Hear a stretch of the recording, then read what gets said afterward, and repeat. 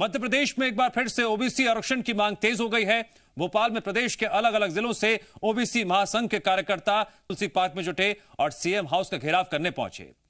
NEET में OBC आरक्षण खत्म करने और सरकारी भर्तियों में आरक्षण की मांग को लेकर लामबंद हुए ओबीसी महासंघ को पुलिस ने रास्ते में रोका, जहां पुलिस और प्रदर्शनकारों के बीच जमकर झड़प हुई। डीआईजी की समझाइश के बाद भी प्रदर्शनकारी नहीं माने। डीआईजी ने 20 लोगों का डेलीगेशन को सीएम हाउस तक जाने की परमिशन दी, लेकिन उसके बावजूद भी संघ लगभग 200 से अधिक लोगों के साथ सीएम हाउस जाना चाहता था। इसके बाद गतिरोध और बढ़ गया।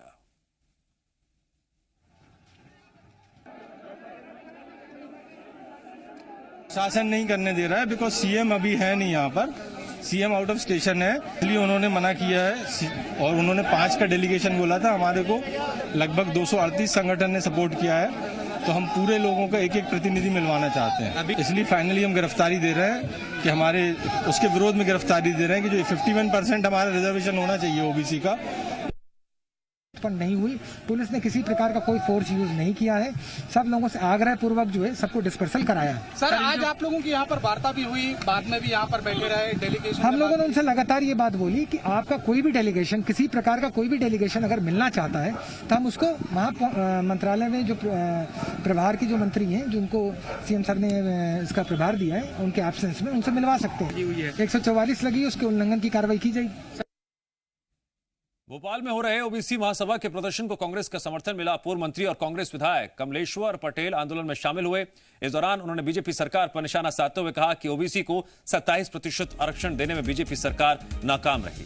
उन्होंने कहा, कमलनाथ सरकार के समय ओबीसी आरक्षण पर बड़ा निर्णय लिया गया था और हमने गजट नोटिफिकेशन तक कर दिया था और अभी भी ओबीसी आरक्षण के लिए कांग्रेस कानूनी लड़ाई लड़ रही है। आने वाले दिनों में मामले को लेकर सुप्रीम कोर्ट जाएंगे।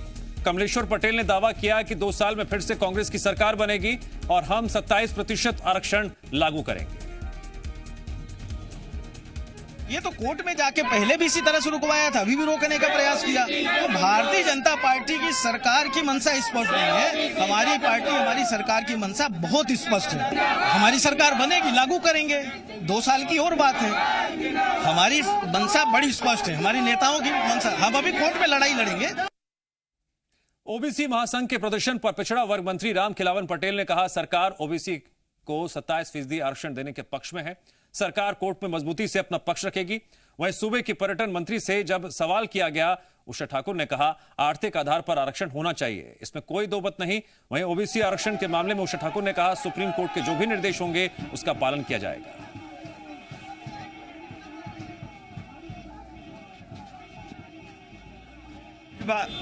भारतीय जनता पार्टी प्रदेश में ओबीसी का मुख्यमंत्री बनाया। भारतीय जनता पार्टी ने भी पिछड़े वर्ग को संवैधानिक दर्जा देने का काम किया। भारतीय जनता पार्टी प्रदेश में पिछड़ा वर्ग कल्याण समिति विधानसभा में बना रही, जो भी काम कर रही पिछड़े वर्ग के लिए भारतीय जनता पार्टी। अब देखिए, घेराव करना काम है। भाजपा पूरी तैयारी में कि आने वाले समय में 27% आरक्षण धरातल पर लाए। देखिए, ये सच में आर्थिक आधार पर होना चाहिए, इसमें कोई दो मत नहीं है। संविधान और समाज की व्यवस्थाएं जिस प्रकार का वातावरण देंगी, निश्चित रूप से इस दिशा में आगे बढ़ा जाएगा।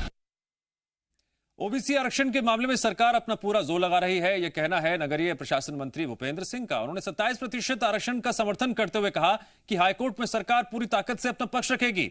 इसके लिए बड़े वकीलों को नियुक्त किया जाएगा। उन्होंने कांग्रेस पर आरोप लगाते हुए कहा, कांग्रेस सिर्फ चुनाव के लिए अध्यादेश लाई थी, लेकिन साल भर तक सरकार की तरफ से किसी वकील ने कोर्ट में पैरवी तक नहीं की।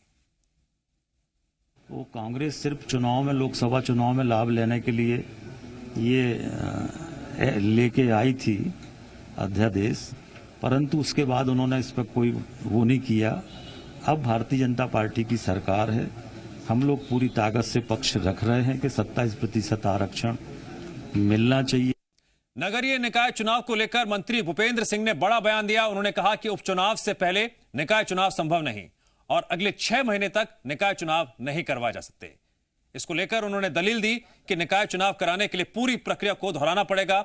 सरकार चाहती थी कि जनवरी में चुनाव हो, लेकिन कुछ लोग आरक्षण और रोटेशन को लेकर हाईकोर्ट चले गए, जहां से उन्हें स्टे मिल गया है। इसके साथ ही उन्होंने कहा, अभी और भी कई प्रक्रिया हैं जिन्हें पूरा करने में कम से कम 6 महीने का वक्त लगेगा।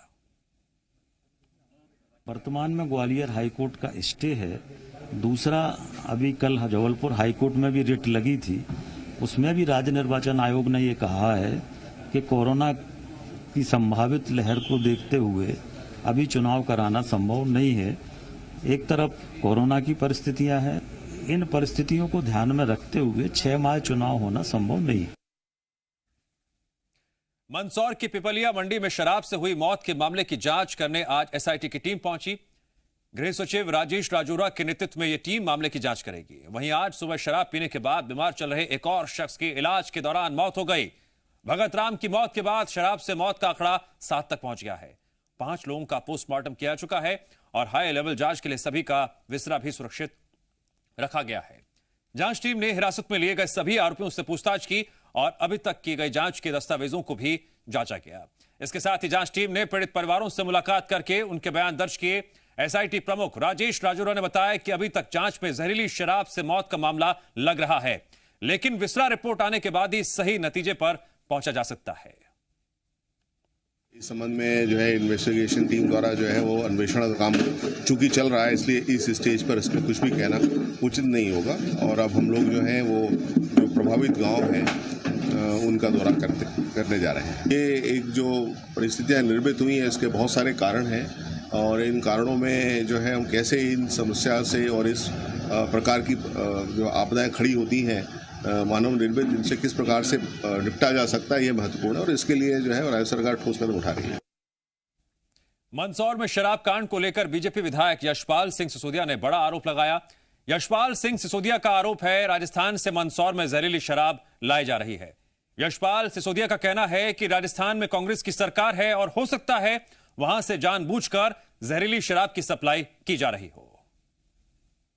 मंदसौर का जो जिला है वो जिला 3 सीमा रेखाओं से राजस्थान की तरफ से घिरा पड़ा है और अगर राजस्थान में कांग्रेस की सरकार है और वहां से अगर नकली और अवैध शराब आती है तो उसको नियंत्रण किया जाना नितांत आवश्यक। कहीं उनका तो ये खेल नहीं है कि हमारे सीमावर्ती राज्यों में, हमारे सीमावर्ती जिलों में इस प्रकार की शराब जो कि जहरीली भी हो सकती है, अवैध कारोबार भी है, सस्ती होने पौने दामों की है, उसको भेजने का काम करें। मंदसौर में शराब से मौत के मामले में सरकार ने जांच कमेटी बनाई है। कांग्रेस ने सरकार की बनाई कमेटी पर सवाल उठाए हैं और यह मांग की है कि हाईकोर्ट के सिटिंग जज के नेतृत्व में मामले की जांच हो। साथ ही साथ कांग्रेस ने यह भी कहा कि मुरैना में भी जांच के बाद खत्म नहीं हुए थे जहरीली शराब के माफिया। मुरैना के बाद सीएम ने कहा था कि एसपी कलेक्टर होंगे जिम्मेदार। जिस तरह से मुख्यमंत्री जी ने प्रमुख सचिव गृह के नेतृत्व में राजेश राजौरा जी के नेतृत्व में एक कमेटी बनाई है, जांच समिति बनाई है, इसे भी लीपापोती करने का है क्योंकि इससे पहले भी कमेटियां बनाई है। जांच का भी आज तक समझ नहीं आई कि क्या हुआ, क्या निर्णय हुए। मैं समझता हूं कि मध्य प्रदेश सरकार को चाहिए किसी न्यायिक इसकी जांच कराई जाए, माननीय उच्च न्यायालय के सिटिंग जज से इसकी जांच कराई जाए जिससे कि दोषियों को सही सजा मिल सके। पूर्व सीएम कमलनाथ ने मंदसौर मामले में ट्वीट कर शिवराज सरकार पर निशाना साधा। कमलनाथ ने लिखा, शिवराज सरकार में अवैध शराब बिक्री का जाल पूरे प्रदेश में फैलता जा रहा है। माफिया पर हमारी सरकार की तरह नेस्तनाबूद करने की कार्यवाही करें। शराब माफियाओं के हौसले बुलंद हैं। कमलनाथ ने लिखा, उज्जैन, मुरैना, ग्वालियर, भिंड में जहरीली शराब से मौत की घटनाएं देख चुके हैं। अब मंदसौर, इंदौर, सनावद, खंडवा में भी कुछ लोगों की संदिग्ध मौतों की जानकारी मिल रही है। कमलनाथ ने सरकार से मांग की तत्काल एसआईटी का गठन किया जाए। वहीं सीएम पर तंज कसते हुए कमलनाथ ने कहा कि माफियाओं के खिलाफ अपने जुमले को सीएम अमल में लाए। जैसे 15 महीनों की सरकार में हमने माफियाओं को नेस्तनाबूद किया था, वैसे ही कार्रवाई करें।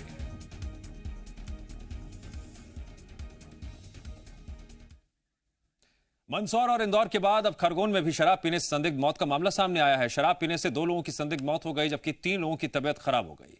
ढकल गांव के 17 लोग खाटू श्याम की यात्रा पर राजस्थान गए थे। इन्हीं में से 5 लोगों ने सनावद से शराब खरीद कर पी थी। युवकों के साथ गए एक व्यक्ति को शराब विक्रेता ने फोन किया था और शराब के जहरीले होने की आशंका जताते हुए ना पीने के लिए कहा था, लेकिन तब तक बहुत देर हो चुकी थी। युवकों ने शराब खत्म कर दी थी। अब फोन पर हुई बातचीत का ऑडियो भी वायरल हो रहा है। पुलिस ने वायरल ऑडियो और परिजनों के आरोप के आधार पर 3 लोगों को हिरासत में लेकर पूछताछ शुरू कर दी है। पूरे मामले में मुख्य आरोपी कालका बताया जा रहा है, जिसके तार इंदौर में हुई संदिग्ध मौत से भी जुड़ रहे हैं। मामले में कांग्रेस विधायक सचिन बिरला ने आरोप लगाया कि आबकारी विभाग की मिलीभगत से नकली अंग्रेजी शराब बेची जा रही है। उन्होंने कहा कि दोषी अधिकारियों पर कार्रवाई नहीं हुई तो आगे भी जहरीली शराब से मौतें होंगी। मैंने कई बार आबकारी अधिकारी, पुलिस विभाग के अधिकारियों को भी अवगत कराए, लेकिन कोई कार्रवाई नहीं हुई। इस दुखद घटना की हम लोग निंदा करते हैं और मुख्यमंत्री से भी मांग करेंगे कि इसमें उचित कार्रवाई करते हुए दोषी अधिकारियों को दंडित किया जाए। हम सब लोग मुख्यमंत्री से भी जाकर मिलेंगे और उनको भी इससे अवगत कराएंगे और उचित कार्रवाई करने का उनसे भी निवेदन करेंगे। जो सनावद थाना क्षेत्र के 18 लोग सावरिया जी और खाटू श्याम जी की दर्शन यात्रा के लिए गए थे, उनमें से 5 लोगों की तबीयत अचानक खराब होने से उनको मंडफिया शासकीय अस्पताल में भर्ती किया गया था, जहां पर इलाज के दौरान 2 लोगों की मृत्यु हो गई और 3 लोगों को अग्रिम इलाज के लिए उदयपुर रेफर किया गया।